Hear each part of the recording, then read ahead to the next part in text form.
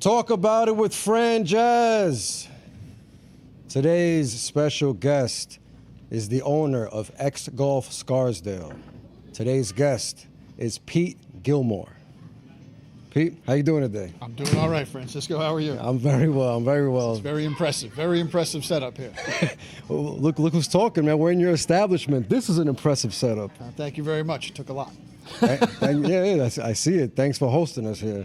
Yeah, my pleasure. I hear you. I checked out some of your stuff. You usually do this at your place, yeah? Yeah, always at my place. Sometimes I leave. You don't want me at your place? Nah, you know you're invited. Part 2. We could do part 2 over there. Sounds good. All right, let's start from the beginning. Where were you born? I was born in New Jersey. I was born in South Amboy, New Jersey. Don't remember much about South Amboy, but grew up a Jersey boy down in Monmouth County. And when did you come to New York? I didn't actually get to Westchester until 2013. I bopped around a little bit in my 20s, Chicago, and back to New Jersey. All over New Jersey I lived. Hoboken, did a 17-year stretch in Hoboken. Wow. And then I met my wife, and we got married, and we had a kid. And apartment in Hoboken didn't hold up, so we had the typical back and forth about living in New Jersey, or she's from the Bronx, she's from Woodlawn. So we talked about whether we should be in Westchester or New Jersey, and you see who won that argument. Very happy about it, though. We love it in Westchester. It's been fantastic. We're in Mamaroneck. We love the neighborhood. We love the neighbors. We love the school. Nice. And yeah, I couldn't be happier than to be in Westchester. Was the schools one of the main reasons? That and her mother being around. Yeah. Now her mother's still in Woodlawn. She's got a sister over in Pleasantville in Westchester. So that and also though Mamaroneck specifically for the school system. Nice. When did golf get into your life? It's funny because I grew up into sports. I played a lot of sports: football, basketball, baseball. All that stuff as a kid, and I looked at golf as the way a lot of people do, which is it's boring, and it's for non-athletes, and it's for people who can't play real sports. That's harsh. Yeah, I hope nobody heard you. And it's not that way. I came to realize, as many do who pick up a club, but interestingly enough, too, I worked at a golf course in summers in high school, and I drove around in the golf cart, but I didn't play. And I remember speaking to some of the older folks that worked there, and they said, "Don't you like to play? We love to play golf. You should get into it." And I thought, it's a sport for old men. So didn't get into it until I had always played, but it was the typical way people usually get into golf. You go out, you swing the club as hard as you can, you try to hit the ball as hard and far as you can. But I didn't really start sort of getting the golf bug until my 20s, mid-20s to late 20s, and just kind of took it from there. But love to play golf. I don't know that I've gotten much better since my 20s, but I have a much better appreciation for the game and trying to get better all the time, and met some great people along the way. So, what was that change in your mid-20s that made you want to take it more serious? I think because I couldn't keep up with people on the basketball court anymore, trying to play in men's leagues and realizing that the 18, 19, 20-year-olds they're not only faster and in better shape, right? I'm reluctant to say better, but they're faster and they're in better shape. And they talk a lot of trash. And it just as I started getting older, I started, and the ankles didn't help either. So started focusing on that old man sport, golf, Yeah, just like to be active, like the competition and everything, but just couldn't. Basketball was my thing, and did the softball thing also, which is fun. But golf really presents a challenge that I find very, very good for my competitive nature. Yeah, I see. What religion did you practice coming up? Raised Catholic. Catholic. Baptized, made my confirmation. Typical Irish Catholic family. Although not as big as some might typically say. I got 2 brothers. So we were a family of 5, and church every Sunday. And gotten away from that a little bit, raising my son Catholic. He was christened and he's going to make his confirmation, but probably not going to church as often as I should. So do you still have a relationship with God even though you don't go to church often? I do. I like to think I do, anyway. I like to think we're tight, right? The good thing about being Christian is you can always be forgiven. There you go. You can repent. So, yeah, I make many mistakes along the way. I do find, religion's not a huge part of my life, but I do find it comforting to have a relationship with God, and there's times when you need a God. Absolutely. Who's the first person you think of when you think of success? Maybe because he's just on my mind lately. He recently passed away, but I'd say my father. Sorry for your loss. Oh, thank you. Thank you. Yeah, great man. And when I think success at my age now, it's different than what I would have thought in my teens or 20s or even 30s. My father was a very successful man, just based on he was married, he found the love of his life, he had a family, he raised that family, he went to work every day, he had great social relationships. He worked, I don't know if you knew this, but he was an editor for a long, long time, worked for one company for over 40 years, and, retired and lived down the Jersey Shore.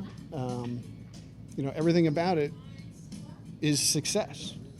But he didn't drive fancy cars, and we didn't grow up in a mansion. He was a working class guy in a union. But yeah, when I think success now, I think of the life he lived. That's beautiful. What type of editing? Film editing. He started in film editing when television was actually film. Yeah. And he worked for NBC television in news, and he moved on from film to videotape. I think he missed the streaming part. He might have been in the end that they transitioned to HD. Retiring out there. Yeah, but he worked all kinds of hours, different schedules. I remember he went on strike at least once, maybe twice in his career. Wow. He went to work painting houses or doing whatever he had to do to walk the picket line.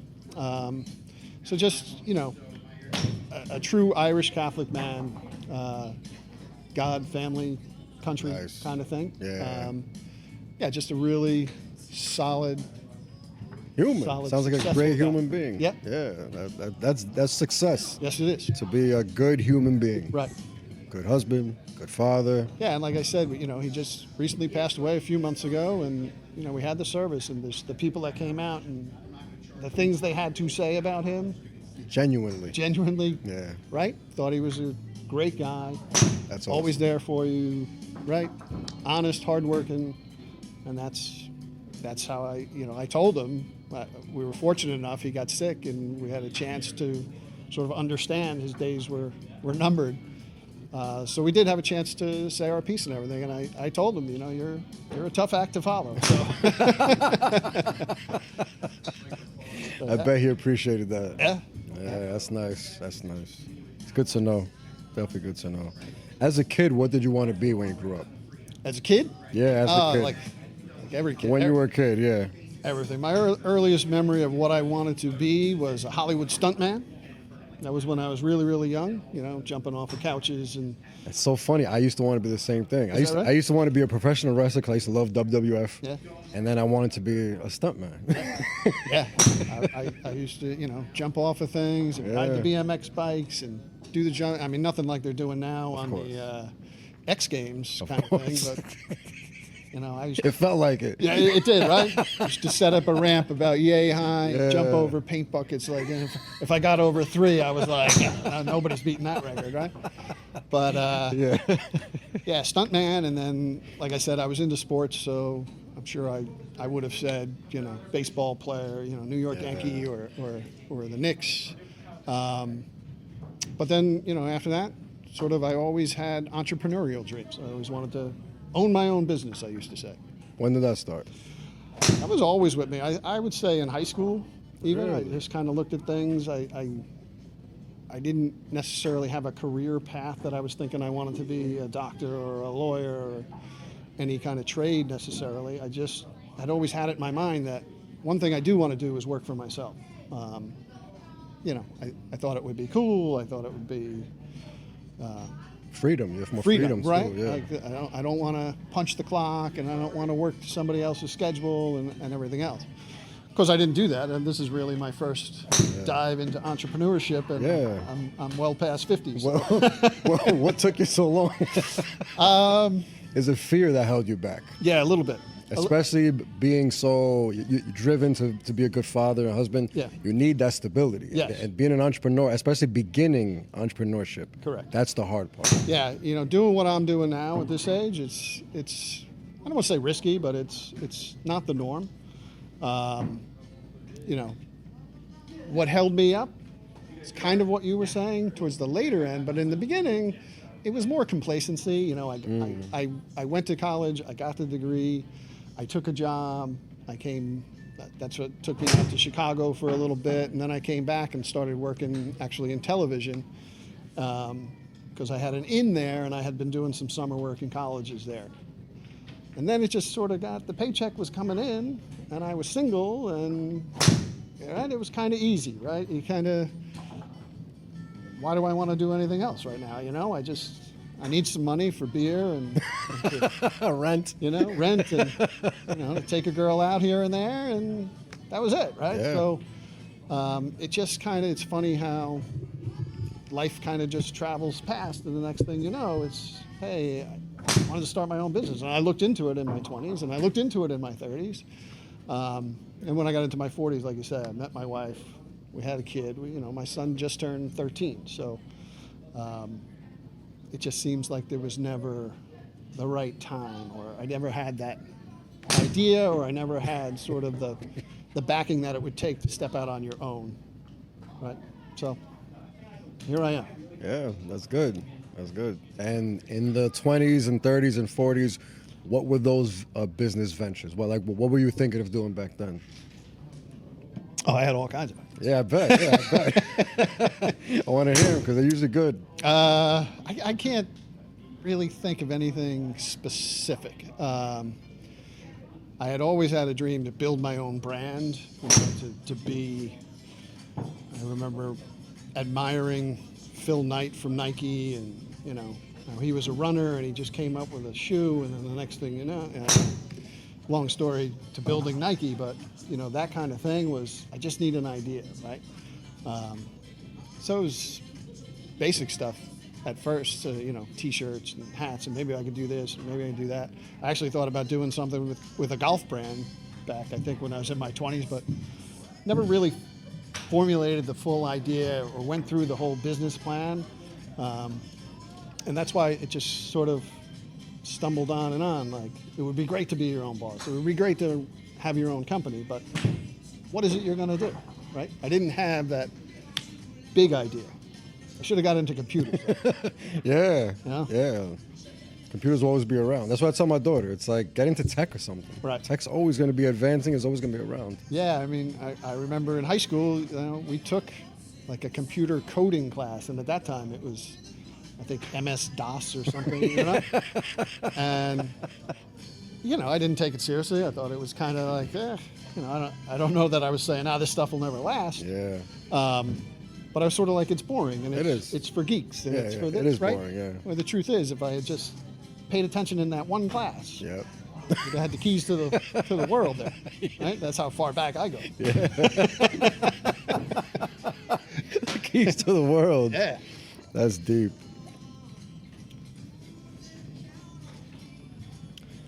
Advice for aspiring golfers, because like you said, it's not for everyone. People see it as whatever, but then some people do have the interest, but then it is very difficult in the beginning. It is. It's a very difficult, frustrating sport, particularly in the beginning, because it looks so simple, right? Especially, most people... Watching a pro. Yeah. Most people's exposure to golf is watching it on TV, and those guys, they just make it look so easy. And it's not that easy, right? I've been playing a long time now. I don't get out as much as I like to, and I made the mistake. So my advice to people who want to get into golf is take a lesson. Like, just take a first introductory lesson. So you can learn the basics, because there's just some sort of simple things that feel weird. How you grip the club properly, how you're moving how you're supposed to move your body in order to hit the ball solidly and efficiently and consistently. And just like anything else, if you don't build that sort of solid foundation first and get the fundamentals down, you're doomed.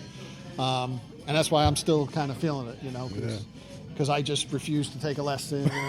I was certain I was athletic enough, and just give me the club kind of thing, right? And the ball just sits there; it doesn't move. And you think, I just take this club and I hit it, right? I played baseball; I can do this. But there's so much that can go wrong. Yeah. And so, probably more important than any other sport, having a good, solid, fundamental understanding of what your body needs to do in order to strike the ball solid. Yeah, makes sense. I would say take a lesson and take your time getting into it. You're not gonna, you wouldn't take up basketball and say, well, I want to go play with, the guys in the NBA, right? Yeah. Same thing with golf. Like, you got to start here and kind of baby crawl and then walk and then jog and then run. So yeah, take the lesson. I like it. And take your time. And I guess the way they say it now is be kind to yourself. Give yourself time. Give yourself some grace. Because it's like, whenever you take the step, and they talk about the golf bug is a real thing, right? People get the bug. Yeah. Because when you do hit that ball right, which even if you're doing everything wrong, eventually there's going to be that time where you'll accidentally hit it right. Exactly. Right? What is that, the blind squirrel? That's what it's called. Right? So, because once you get that and you start to understand a little bit more about the golf, and almost everybody says this in the beginning, like, oh, golf is so boring, I'll never watch it on TV, it's terrible. But when you understand how to play and what it takes to play and play well and kind of think your way around the golf course, you start to watch it with a little more interest and understanding and saying, yeah, I see what they're doing. Yeah. I get it now. You respect it more. Yeah, exactly. And then of course it's going to be a lifelong thing, right? It is a game that people play from 5 years old till 90, Yeah. So you got time to get better, but it's going to take time. Yeah. You have the time, but it'll take the time. Yeah. What are 3 things you need to be happy? 3 things I need to be happy? Yep. You mean in golf or just in general? in life? In life. In golf. 3 things I need to be happy. Of course, my family and my family being happy. That's harmony in the home is important, and I need that to be happy. I need laughter in my life. It sounds sort of obvious. You say, of course, if you want to be happy, laughter helps. Yeah. But, I don't take things too seriously, or I try not to, and I try to hang around people who don't take things so seriously. So I would say laughter, my family, and then solid relationships, feeling like I'm on solid ground with the people who matter to me in my life. Nice. I like that. Never heard those answers. Is that right? Great question. Great answers. Yeah, never heard those answers to that question. I like it. As you get older, what has become more important and less important? Wow, look at you. You're just a little deeper. I thought we were just going to talk about like Golf and birth? golf and beer.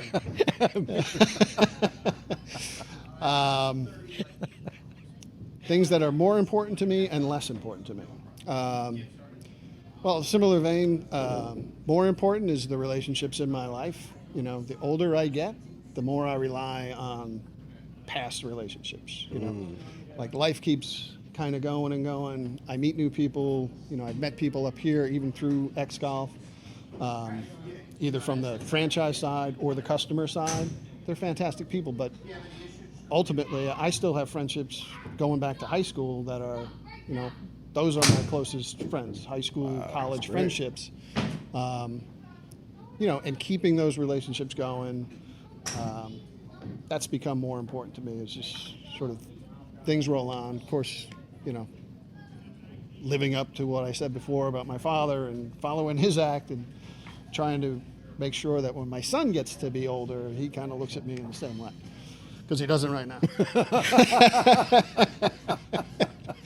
But he's 13. He's 13. We got time. He's becoming a man. The hormones. And it's tough years. Yep. Yeah. Middle school. But less important to me, probably, not to be flippant about it, but what people think. When I was younger, I spent a lot of time worrying about what other people thought of me, and do they like me, and whether it's friendships or girlfriends or business or bosses, just looking at it, I spent too much time worrying about what they were thinking about me rather than focusing on being who I want to be, and then the people who you like and get along with would kind of see you for who you are, right? So it's less important to me now, people's opinions, right? And some I value very much, but in general, it's not just every Tom, Dick, and Harry, as they say, and whether they think you should do this or you should do that, or you should have done. It's just, got other things to do and other people that I'm more committed to. I agree. I like that. Absolutely. So how did XGolf come about? You heard about it, and then you wanted to you got interested and wanted to jump into it, or vice versa? You were looking for something and you found it. Yeah, I had, like I said, I always wanted to do something entrepreneurial. I wanted to be my own boss. So XGolf kind of started as more of an investment idea. Hey, what can I do? Have my own business, but keep my job that I was working at. Because I just wanted to sort of scratch that itch, as they say. I had been seeing the golf simulator technology developing over the years, and I thought it's getting pretty good, and it's getting pretty fun. And there were some things popping up. Local bars would have one, or you'd go to a trade show and somebody would have a golf simulator. Wasn't quite there yet, and actually I thought I had some original idea, and I thought, wouldn't it be cool if you could have a place that had simulators, but also a bar and TVs where you can watch the game, sort of like a sports bar, golf type place. And so I actually started looking into it as a solo endeavor, like let me look and see what does a golf simulator cost, or can you even buy these things? And I found XGolf in my research. And I said, oh, look, these guys stole my idea. These guys stole my idea. These guys, Thieves. Right? Like, oh, they're already doing it, right?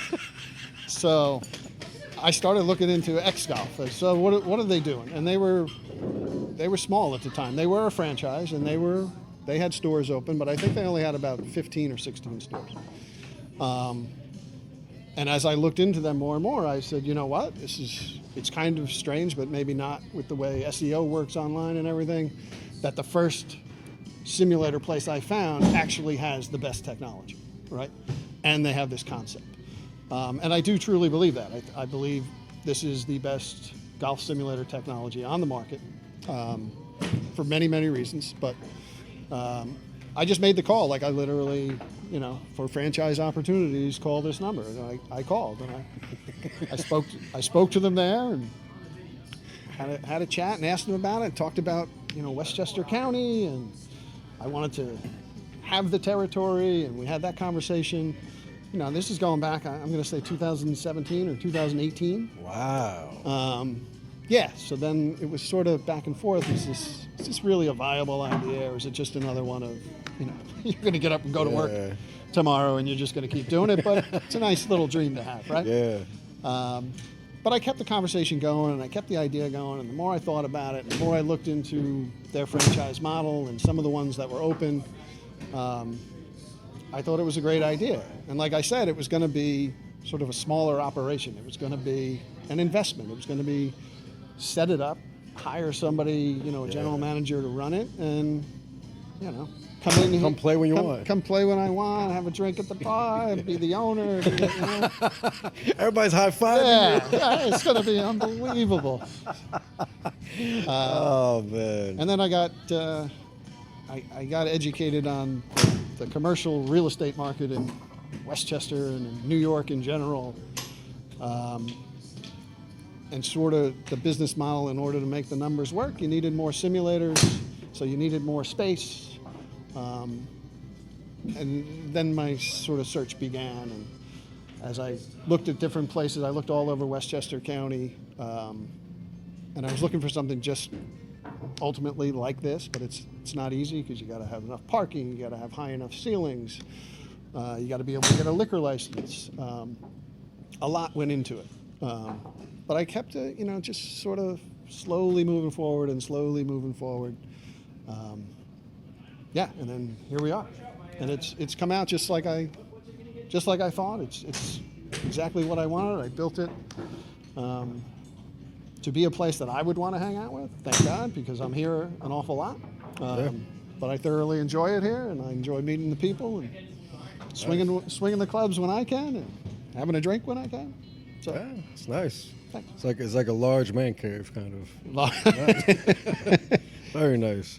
So I really thought they were helping you find a place. You had to find your own place. Yeah, no, you have to. It's kind of, there's pros and cons with that, right? Yeah. No, they have their general theory is, and I tend to agree with it. Like, your market better than quote unquote we do, corporate. So they're not going to tell you, hey, you got to open up here. It's probably different. It probably has something to do with, they're smaller franchise at the time. And it's easier for them, right, to tell a franchisee, like, yeah, you can do whatever, you can go find whatever you want, right? Yeah. But, they gave me plenty of guidance on, here's what they're paying per square foot here, and here's how much room you're going to really need, and, things like don't forget about the parking, right? Most XGolfs are not in a standalone building like this. They're in more of a, I don't know, lack of a better term, strip mall type place, Yeah. where there's a shopping center there, and it's shared parking. So you just have to be careful of where you're looking and what the specs are. Earlier when you were talking about the bike, riding the bike or whatever, and you're jumping off little ramps and you're thinking you're the best in the world. Yeah. It made me think, nowadays with social media, kids don't even get that feeling because they see people doing better than them all day. Right. That's true. Yeah. That's and I that's wonder, a big change in society. Yeah. It's an interesting thought. Yeah, when certainly when I was a kid, and I'm well ahead of you, I just found out. There was none of that. There was go out and make your own fun. There was no video games. And you're the best. I did have Atari. I did. All right. Space Invader kind of. You were doing this. This was video games when I was a kid. So now I watch my son with the headset. Oh yeah. In real life. Headset. He's on the microphone. He's on like a conference call. Right?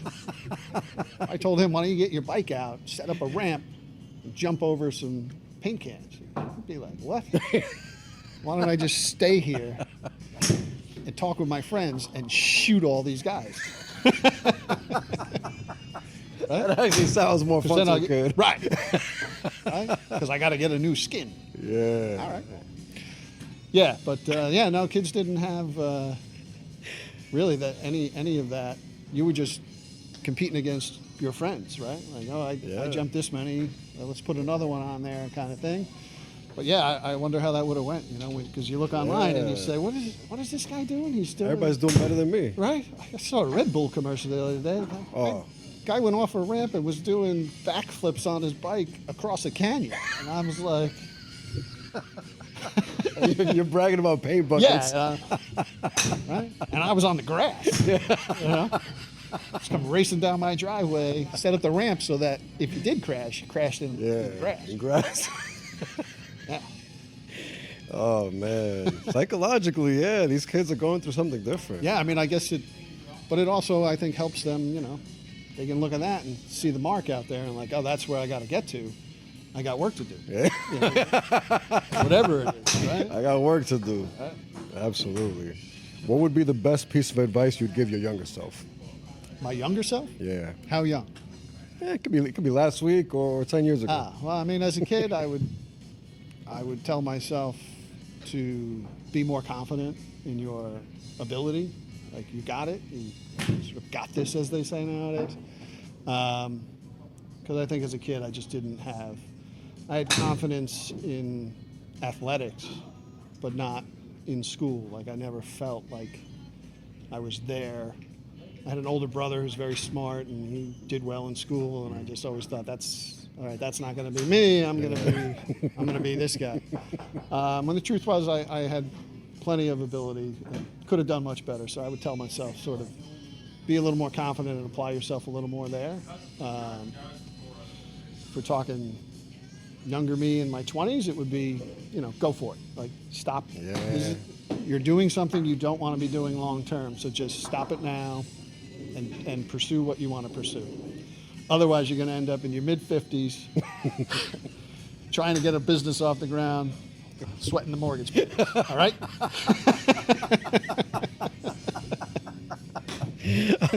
So just do it now. Just do it now.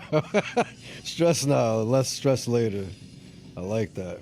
You seem to be, and you mentioned a little bit about it, how you surround yourself with people that are kind of like you, where everything's easy going, you don't stress too much. Where did that come from? Because that kind of seems like it's healthy mental health. Yeah. It's like a healthy way of seeing the world, surrounding yourself with people like you, and it makes things smoother. Yeah. I think it just comes from my upbringing. We,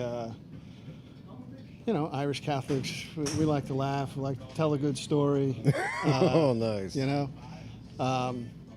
Humor is just always something that I've appreciated, and always, if you said, well, how do you want people to see you? I'd say, best thing you could say about me is he's funny. There you go. Oh, he's hysterical, right? I like that. I don't know that I am, but that's what I would say I want people to kind of take away with it. I like hanging out with that guy. He's funny, right? So I like to make people laugh. I like to feel like I'm putting them at ease with humor. But it's just always, and as a kid, I used to go for that, but probably didn't know the limitations so much. So it was a little more, hey, if all these guys are laughing because I'm picking on this kid, right? Like, let me just keep going, right? Not understanding the effect. Yeah. But it's good for a laugh, right? Of course. But I just always appreciated trying to be funny, and I appreciate funny people, from stand-up comedians to somebody I meet at a party, What music was played in the house as a kid? Wow. It wasn't a lot. We weren't a very musical family. We tried everything, right? Everybody played an instrument here and there, but nothing ever really stuck. And my parents were never big. They weren't hippies from the 60s or anything like that. But they had all the standards. I remember jumping around the living room to Kung Fu Fighting. Nice, classic. Any of the 33 albums they had. But mostly it would have come from me or my brother. Classic rock is what it's called now. It was just rock back then. It was just rock. It's just good old rock and roll back then, and now it's classic rock. Oh man, that's hilarious. It was just rock back then. Hilarious. You want another drink? Yeah, please. Yeah. This is the best part about owning the bar. Oh man, it's incredible. If you could have any question answered, what would you ask? And even the day you're gonna die, or anything. Anything. Wow. It's getting deep. Well,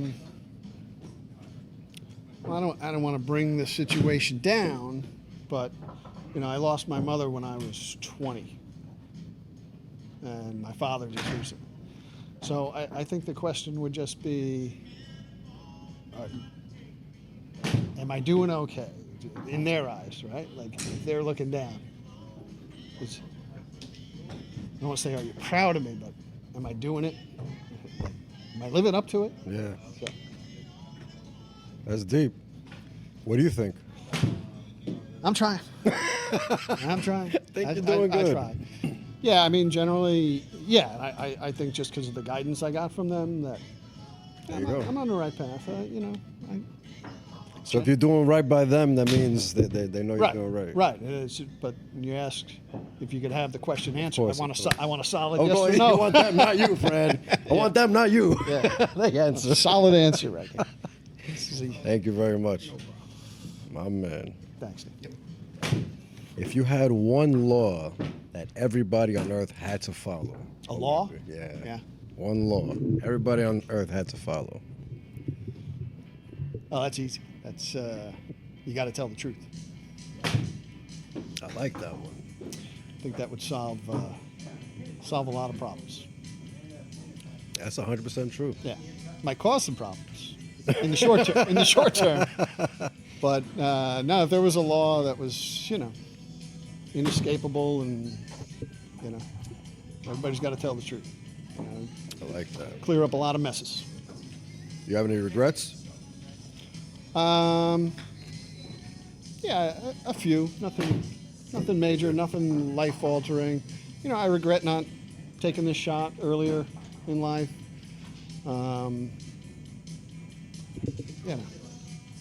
Life-wise, that's probably the biggest regret I have. Just not trusting myself and having the confidence and saying, I guess, what do they say now? YOLO. You only live once. Yeah, you only live once. And, you got to be pursuing what makes you happy, or what, gives you a reason to get up.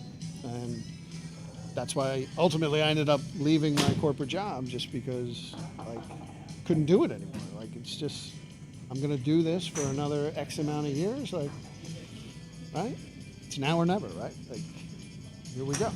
So. What was it like at the other job? Was it like until retirement age, or was there a retirement time frame at the job? I mean, just your standard. It's a major corporation. So it was like 30 years in, or? Yeah, I mean, I had spent more than 30 years there total time, not all in the same job, obviously. I kind of worked my way up. Yeah, there's retirement, but it's out there at whatever. You can take it at 62, or you can go to 65 or whatever. I'm going to be 57 this month, and I left my job 1 year ago. So you would have a long way to go still. Unhappy. Yeah, and I stayed at it. It was a good job for a long time, and it was a good job even when I left, right? When you talk about what's a good job, it was secure, it was with a good company, it was good benefits, I was making a decent salary. And yet there was nothing inside me that was like, hey, I can't wait to get to work. We're doing 100%. This now, or here's what's coming down the pike. It just started to become very, very repetitive, and just found myself on the MTA day after day, and here I am on the train, and if I leave now, I catch this train, and then I'm home by this time, and that just the standard grind that I swore I would never get into. I was into for a long time. In too deep. And, I thought, again, this was going to be sort of a side gig, that if I have this on the side, then maybe that'll kind of motivate me a little more, that, hey, I got this. Now I can do my job, but I have this other thing that I'm proud of and that I can work on. But then ultimately, besides the amount of work it was taking to do this properly, I just liked it better. I liked the planning part of it. I liked, trying to figure out your numbers and, picturing how it's going to look and trying to make that a reality. Still a long way to go for all that, but I just found myself saying, I like doing this more than I like doing that. So let me just put all my chips over here. So whether it pays off, we'll see. We'll see. But, as my wife likes to keep encouraging me, God bless her, even if it fails, you still did it, right? Absolutely. You followed it, you look what you've already accomplished. Kind of, she's very good with that. So Good. That's awesome to have that type of support. Yeah. Definitely. yeah. And what about for the kids? You want to push them for college, or what do you think? It's just I only have one son. He's 13. And another interesting fact: he calls this the most boring place in the world. In the world. In the world. I mean, part of it I understand because I was dragging him here when it was all, rubble and sawdust, and there was nothing to do. He had to come and sit here while I talked with contractors or met with this person or that person, and he had nothing to do. And now that it's actually up and live, he's not a golfer, and He could kill that. He thinks I want him to play golf, and therefore he doesn't want to play golf. It's just kind of the mindset of a 13-year-old boy, Absolutely. But we've gotten him over here. He's taken a few swings. He may get the bug. He may not. Truth be told, I don't care whether you play or not, Quinn.